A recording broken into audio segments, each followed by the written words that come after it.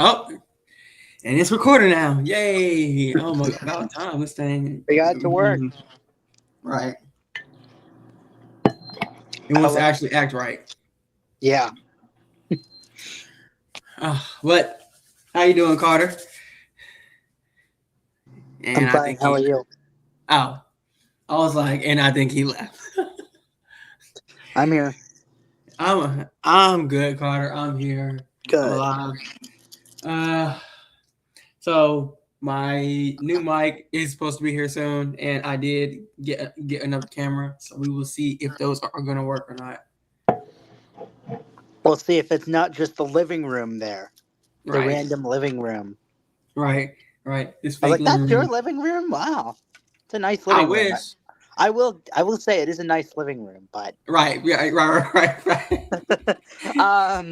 it's a nice living room, but not the best for we can't see your face. We only see mine, but that's okay. I will get it fixed, Carter. I promise. You get it Because soon. our first few like two or three shows, I had a Hmm. camera, and then now Yeah, it's just yeah. yeah, it's okay.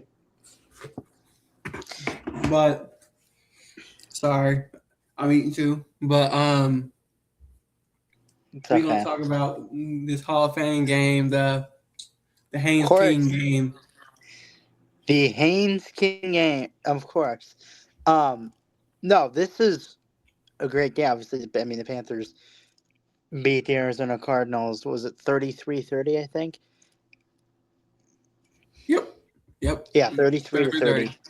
Um, very back and forth game, and the I didn't actually see the entire game. I just saw the highlights because um I had gone camping and with my friends, so I missed the actual game. I watched the first quarter, um, but then I had to.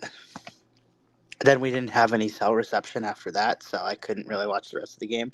So I watched the highlights of the game, and I have some things that I came away with, and I'm sure you have some things you need to talk about as well. I'm sure that you have some things you want to get off your chest as well. Yep. Because I did watch the whole game. I have my ways. I will not say how I'm watching these games, but just know I watched it in its entirety. And like I guess apparently Good. there were 7 million viewers who watched the Wow, game. Yeah, that's it was good. like it was like the most watched Hall of Fame game since like 2018 or 2017. So yeah. Oh, really? I didn't know Mm, that. yep. Well, probably because a lot of people now like we're starting as we're starting to get into the future. A lot of people will know these Hall of Fame classes. A lot of people know the players in this that are being inducted. I mean, you know, me personally, I started watching the NFL in 2015, so I remember watching all of these players. Besides Roger Craig, obviously, but yeah, I remember because I've of course we all vividly remember watching Luke Kuechly get playing for the Panthers for years, and then Drew Brees on the other side, and then Larry Fitzgerald's obviously one of the best receivers of all time. I mean, one of the most dependable hands. I was like, Larry, did you see that he almost he like fake he like dropped his Hall of Fame trophy, but No, I did not see he that. like Oh my he goodness. like was messing around and he Mm-hmm. fake dropped it. He didn't drop it. Like Mm-hmm. he obviously how if you play drop something where like if let me show you what he was doing. So All right. take this, right? He was like, Okay. this is what he was doing essentially. That's what he was doing. Ah. Where Okay. you fake drop it, but then you catch Mhm. it. So that's what he was doing with the Hall of Fame thing. And I'm like, Larry, don't fuck with us. We know you don't drop shit. Right. Like You know, stop fucking with us, dude. Anyway, but yeah, I mean, one of the best receivers, one of the most dependable hands you've ever seen. I mean, you could say the same thing about Jalen Coker, one of the most dependable receivers in the league. Yeah. In my opinion, he doesn't have a drop yet in his career. Right. I know, like they tried to go back and credit him one Yeah. for like the Giants game. I was like, fuck no, bye. I was like, that's bullshit, but whatever. Coker still has dependable hands, and the fact they got him in an undrafted free agency is just so impressive. Yep. I mean, like, he's an average wide receiver too, right? Yeah. And you're paying him like he's the wide receiver 8. Well, you're paying him a little bit more now, but still. Right. Yeah, and like I know too. There was a stat whenever Larry Fitzgerald was playing that he has more tackles than he has drops, and it's not a lot either. Yeah, that's a well-known stat. Yeah. Everyone knows that's a stat that's been told a lot. Right. But, yeah. Depending on how many drops, depending on what you count as a drop, Larry Fitzgerald. I did this stat like a while ago. I made this stat like I said, like I found out like you are like I said like it's a percentage, but I said like you are this much more likely to have Larry Fitzgerald make a tackle than drop the ball. I gotta go find that. Hold on, let me go find that. All right. Well, while you're finding that, I will start this Hall of Fame game talk because I know we can go on to tangents forever and ever and ever. So getting sidetracked happens every time, but it's okay. People will be all right. But I watched the Hall of Fame game into its entirety, and what I'm gonna say is Brad Isaac was definitely calling a game for himself. He was calling a game for Kenny Pickett and for Haynes King, and by that I mean he was calling it for their play styles, if that makes sense. So Brad really showed up yeah. for this one. This was the first time, and we won't get to see what he really is all about as a play caller until week 1. Yep. Because they're still trying to move things, but I thought they both quarterbacks. I mean, all 4 quarterbacks were very efficient in this game. I was very impressed with all 4 of them. Same here. Yep. Shoot. I was not a Carson Beck fan. I mean, I still don't think Carson Beck's going to be very good, even if and I still do. I will see. I still do. I mean, this was obviously this was against like the backups of the backups, right? This isn't even like preseason. Mm-hmm. So, I mean, we gotta sit tight, and we gotta watch the rest of the preseason with Haynes King. But what you can come away with saying is you can't wait to see more. Right. You're good, Carter. I heard it. It's cool. But yeah, like to me, I like Carson Beck coming out. There's a lot of people who did it or don't. Mainly because he probably doesn't have as much zip on the ball anymore. He's not as fluid. But to me, I've always liked him. I think he can still move. I think he can still go through his progressions. And he's had, 4 or 5 years of playing time to where he was in college for 6 years.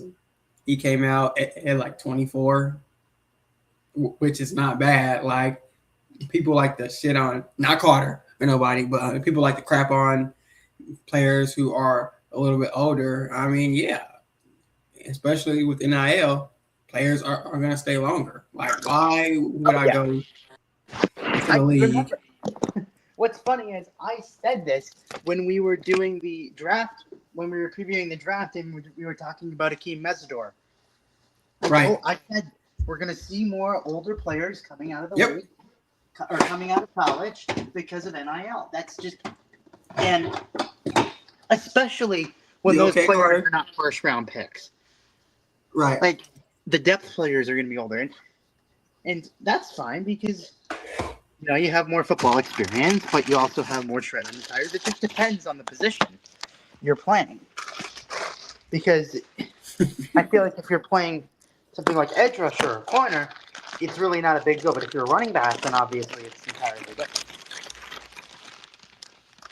Carter, I'm gonna wait till you unwrap all of your rappers that you got going on over there. Sorry, Nah, you're good. I'm just putting cheese. I'm eating taquitos in a minute, but I'm Right. gonna. But I'm just opening up the cheese, and it was kind of hard to open. So I'll Yeah, I I'll, love I'll let you speak, and I'll speak, and when when I want to say something, I'll let you it. speak for a bit. You're good, Carter. I love me some taquitos too, so you're good. Um, but yeah, so I mean, I did like Carson Bacon coming out. I know people have their withdrawals about him. I get it, but I like the underdog story. I also, I'm not the best at evaluating talent, but I also know that I'm pretty good at it. Okay. I mean, Do I have my reasons? Probably not, but I just know sometimes.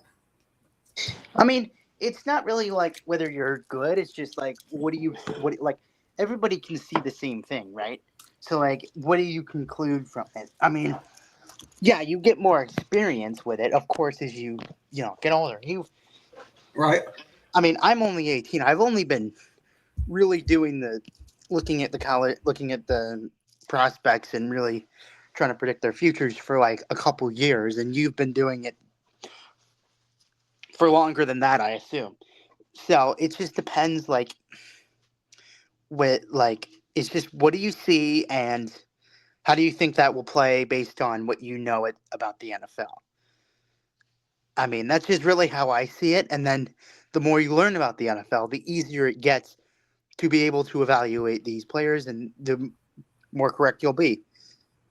Yeah. I Now, oh, sorry. Go ahead. just because I think a certain player is like not going to be great, or and then like it's impossible because even once they get drafted to that team, they go to another team and they're the player you thought they were before. So Yeah. it's really difficult. It really isn't easy at all. It is really difficult to predict these guys' futures, and just it's just it's just something you learn over time. Yeah. Man, it's crazy. I was just thinking, I was like, what we should have called our show? The Side Tangent Podcast. That's Panthers. Panthers on Tap is the rant podcast. We're the side tangent podcast. Yep. But yeah, let's try to go ahead and get to this game. Yeah, why don't we go back to the game instead So of like, as we know, Kenny Pickett and Carson Beck started the game. Kenny Pickett he played like 2 series, and Carson Beck, if I remember correctly, he played 2 quarters or he played 3 quarters, and then the last one was Caden Slovis. But off the back, I'm gonna say from what I was watching, which I know it was some second stringers, third, fourth, and fifth stringers. Both defenses was just getting cooked left and right. My gosh, the like secondaries really were not good in this game. Will like Lee was up and down, to say the least. yeah, I mean, don't get me you don't pick wrong. on a player. Willie was up and down, but he was more up than down. But I Yeah, think but when he was down, he was really down. I mean, did you see that double move that Jalen Brooks put on him? I mean, yeah, he stood and that's still. where I was Like, gonna go next too. Like yeah. that's what I also heard too, and I'm seeing about practice also was that he's done it a few times to where he's still learning to where like he would bite on like double moves, like a few crossers, but then like the next player or two, he'll bounce back. So it's like he give it one, and he'll take it one, as they would say. So, but he had some ups and downs, but overall he was pretty solid. Yeah, I mean, it's going to happen, especially as a fourth round rookie. I mean, Right. it's a fourth round rookie. Like, we can't expect him to be Nah. polished right away. But I thought he showed some good physicality, and he was making plays, and he did have a nice pass breakup. Right. And, Yep. but that Jalen Brooks double move just got Oh him, yeah. and there was another player, I think, that cooked him in the game. And I think because I remember Ransom had a hit on one of the guys that knocked the ball out. That was a pass deflection, and Yeah. I believe that saved a big play. But Yep. Carson Beck was throwing in that ball all around the field. I mean, it reminded me of Joe Flacco when he was with the Browns, where he just didn't care. He just throw it. Yeah. Sling it whenever. Mr. Big Joe did not care. He was slinging it around and just Neither like did what? Carson Beck. Both quarterbacks were chucking it deep, and I mean, they were definitely not looking for the guys in the flat. They were throwing it Let's down the go deep. sideline. Yep. Exactly. And like I know like a lot of people was expecting Haynes King to kind of do what he did because it was an option, more run style offense at Georgia Tech, and I watched a lot of Georgia Tech also because I'm an ACC guy, and I also just like Haynes King, so I watched him. You know, not a favorite team, but I liked him. So they What is your wasn't favorite team then? Tar Heels. UNC. Okay. Yep. I was gonna say, how's Bill Belichick treating you? Bruh. I don't even talk about it, bruh. I don't even talk about that team, bruh. Don't even talk about it. You're mad. But I thought he played well. I thought, I mean, he was throwing the ball. They just didn't ask him to throw the ball at Tech. It was really like, Right. you know, let our speed guys do the work. And maybe, either he was with a little bit of seasoning at the NFL level from Dave Canales, Brad Idzik, and Will Harriger, Right. the quarterbacks coach here. Maybe he was a little bit raw, and they seasoned him up, or maybe he was this good and Georgia Tech just didn't ask him to throw it that much. I mean, he was calm. He really was composed himself well, and I think Kyle Trask being on this team is a bit unnecessary just for the rest of the preseason, because I think Haynes King has that third quarterback job, assuming that he keeps doing what he was doing in this game. Because, excuse me, I really think this guy proved a lot, and that last touchdown run was something else. I mean, he was reminded me of Fernando Mendoza's in the national championship last year. Right. Yeah. The effort to keep the legs going, and then barely getting the ball over the line. He was that stretch, and he walked it off. I mean, that was. I mean, yeah, Cam Newton does that. Bryce Young doesn't do that. I mean, Bryce Young? I don't know if Bryce Young can make that type of run. Yeah, he's fast, but he can make the run, but he's not gonna put his body on the line like that, like how Haynes King does. I don't think if Bryce Young did that, I don't think he would have gotten in. I'm just saying. Right. That's just not Bryce Young's game. Yeah, no. He would have tried to dive in, or he would have dived in, or we would have tried to keep running. Like he would have tried to get or he wouldn't have ran that at all. He's like, I can't get in there, so I'm just gonna look to throw it, and more than likely we would have lost. But I mean, that's what Haynes King can give you. I mean, a little run, and if he shows up enough in the preseason, maybe they give him some packages and they tell him, okay, it's first down, why don't you go try it here? Why don't you go do this, and you can either throw this ball or pass it, or Right. throw this ball or run it, or I think maybe if they give him a few packages in the red zone, it could be fun. Listen, this dude is going to make this team. If they waive him, he's getting picked up immediately, or they are going to try to put him either on full season IR or put him on the PUP to where he's out for 4 weeks to 6 weeks, and then he has to come back and get his ramp up period. Yeah. It's gonna be like a few more weeks, and then so they gonna do it the smart way to where he's on that team. So yeah, I don't think he's gonna make the 53, but hey, if he was fully healthy, I don't think he would make the 53. I think he would be on the practice squad. I just don't think they. Yes, but I also think that I don't think they want to have 3 quarterbacks.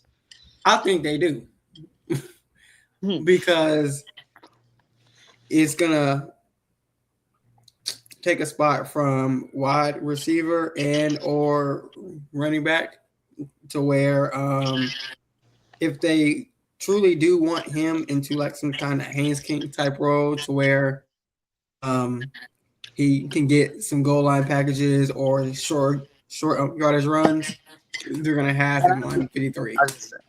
And I was just saying, I don't think he's gonna have the goal line packages in the running game and whatnot this year. Right. I think that's gonna be more of a thing that's. I mean, maybe at the end of the year, who knows? But I think this is going to be more of a rest year next year.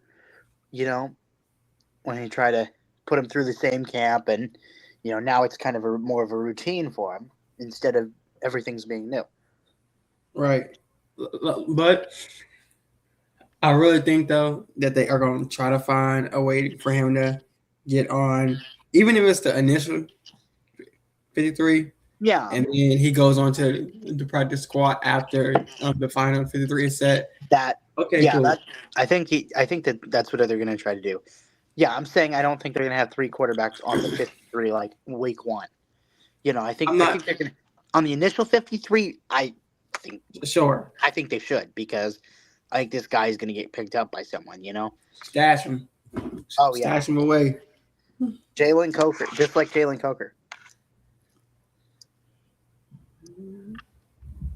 Yep, just like they did with Jalen Coker. He made the initial, and then he didn't make the final, and then was put on practice squad after everybody made their cuts, literally. So there's that. But yes, Haynes King did a good job. He had like a few missed throws, especially to Jimmy Horn, which was a wide open touchdown. But then again, like we said, he's going to have missed throws. I'm not really worried about that. I mean, right? You're going to have missed throws no matter who you are. I mean, Tom Brady has missed throws, so it happens to everybody. The undrafted free agent, but we got to mention them. To be fair, we do have. We had a couple of off throws, but I mean. I'm not worried. I mean, I don't think Jimmy Horn Jr. is going to make the roster either, if you want me to be honest. Now, I think he probably will now with the right. Before Brazel got hurt, I don't even know if he was going to be on the practice squad. I mean, I think Jasim Reed is a lock for the 53, and I think Jasim Reed's going to get some opportunities week 1. Right.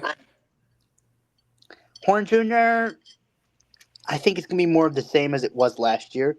Hopefully he gets some more opportunities. I'd like to see him, work his way up the depth chart, because that'd be huge for them.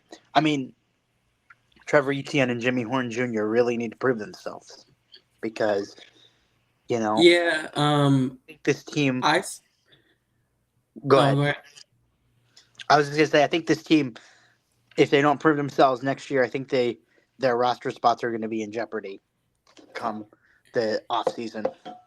Yeah, and I'll say also Jimmy Horn Jr. didn't get a lot of chances to prove himself, whether it was for him not knowing the playbook or just people above him or just whatever reason. he's got to earn those chances, and he didn't even get kickoffs. Like that was ETN Right. all year. So like, I mean, Yeah. I'm saying like he didn't get kickoffs, and he didn't get any guys. He didn't get any No touches, return. any returns, or he didn't get any snaps at wide receiver until very late in the season. And I can't believe I'm still shocked he was out there for that final drive of that playoff game. You tell me you'd rather have Jimmy Horn Jr. out there than Xavier Legette? Well, That says a lot. well, I think Leggett was out there, but David Was he? Moore wasn't out there. David Moore, okay. But Yeah. I would rather have David Moore out there than Jimmy Horn because David Moore has proven a lot more than Jimmy Horn has. David Moore. Even though nobody likes, I don't particularly even like David Moore that much, but I would much rather have David Moore out there than Jimmy Horn because Jimmy Horn is 11 catches. Like in the last, give him his snaps, whatever, but in the last drive of the season, potentially, you're going to put the 6th round guy who has 11 catches out there and throw, he's one. Carter, where'd you go? They couldn't. Hello? Okay. You hear there me? you go. Can you Sound hear like me? a robot. So yeah. Oh, what did I say? What was the last thing I said? You want to put the 6th round guy out there with? Oh yeah, catches. you're gonna put the 6th round guy out there. You're gonna put the 6th round guy out there in the most pressure packed drive of the season when he's had 11 catches on the year for barely 100 yards. Like that's a college stat line for one game, and his career stats are a college stat line for one game. So yeah, but like I wouldn't also compare it too much to college because sometimes they be throwing in college 40, 50, 60 times a damn game. I'm not Which is comparing crazy. it to college. I'm just saying that his stat line was so low, it could be somebody's stat line from a college game. I'm not right. Yeah, I'm just saying, but it could be somebody else's stat line from a college game because you do see guys have 11 catches, whatever he had. I mean, and most of those plays weren't even actual receiver snaps. It was him lining up jet sweep, simple, wide receiver screens or whatever. They were trying to find creative ways to get him involved, and he just wasn't creating much. Same with ETN when they did the kickoffs. ETN just wasn't creating much in the return game.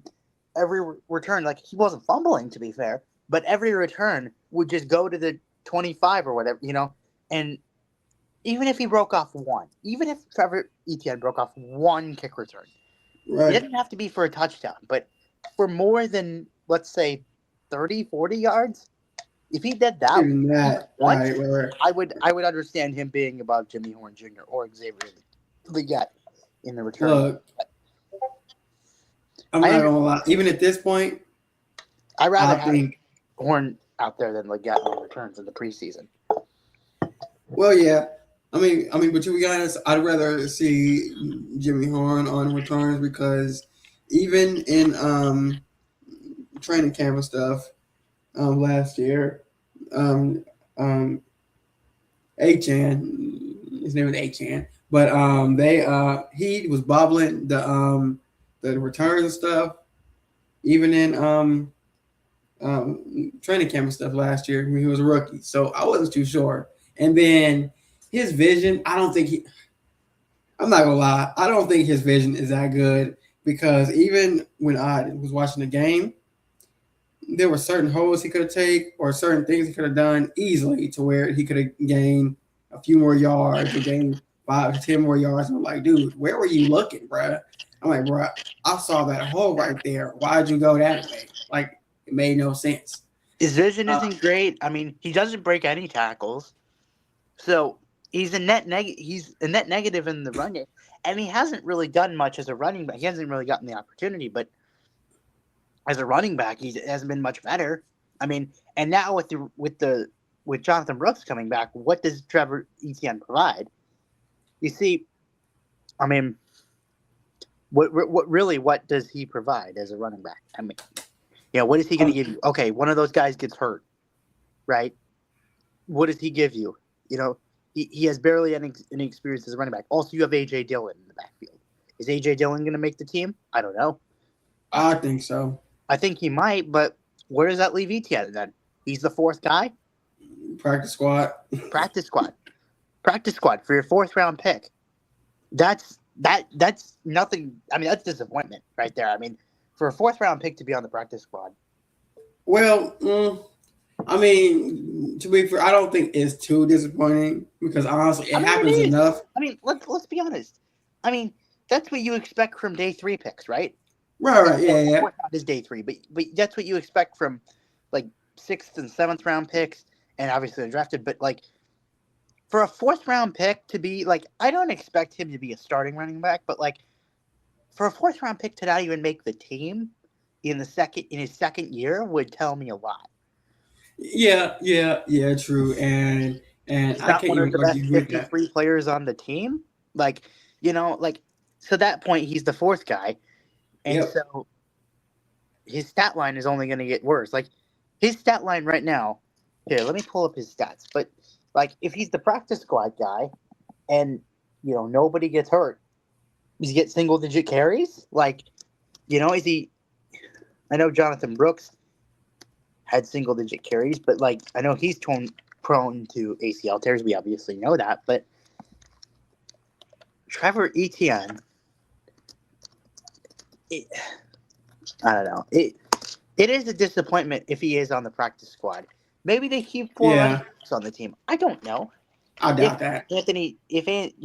I mean, there's a world. I mean, if if they don't want to keep 3 quarterbacks and they don't want to keep the extra receivers, maybe the running back is. I'm not saying that I think that's going to happen, but I'm just saying that's an option. That's something they are thinking about right now. Right. So last season he had 20 carries for 94 yards, right. 4.7 yards a carry. Didn't have a touchdown. He was responsible for 6 first downs on the ground. And then if we go to his kick and punt returns, he had 20 punt returns for 163 yards, with a long of 16. And then kick returns, 31 returns for 733 yards. That's an average of 23.6 yards a return with a long of 45. So he did break one off 45, but like his average was still below 25 yards. Was still 23.6. And then 163 divided by 20 is like 8 point. Hold on. I can't do the math. Hold on. I'm going to look it up. I'm lazy. 8.15. So he averaged 8.15 yards per punt return and 23.6 yards per kick return. Like, that is disappointing. Yep.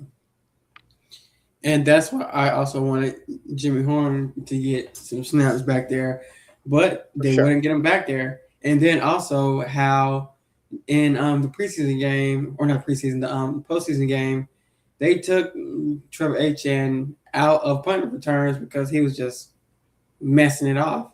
So they put David Moore back there just to field punts because it seemed like Trevor Etienne couldn't field the punts right. So I know it's early. It was the first preseason game. I do want to see more, which I know we will see more of Trevor Etienne. But if he doesn't show up enough this next one, and possibly against Houston, then I think he's definitely going to be on the practice squad for sure. And if he's not, and somebody else does better, it's going to be a little bit of malpractice by the coaching staff, honestly. And Carter, where the hell did Carter go? And it looks like Carter left. So it looks like we are probably going to have to record later or something. But I will edit it and figure it out, and we will go from there. All right, buddy.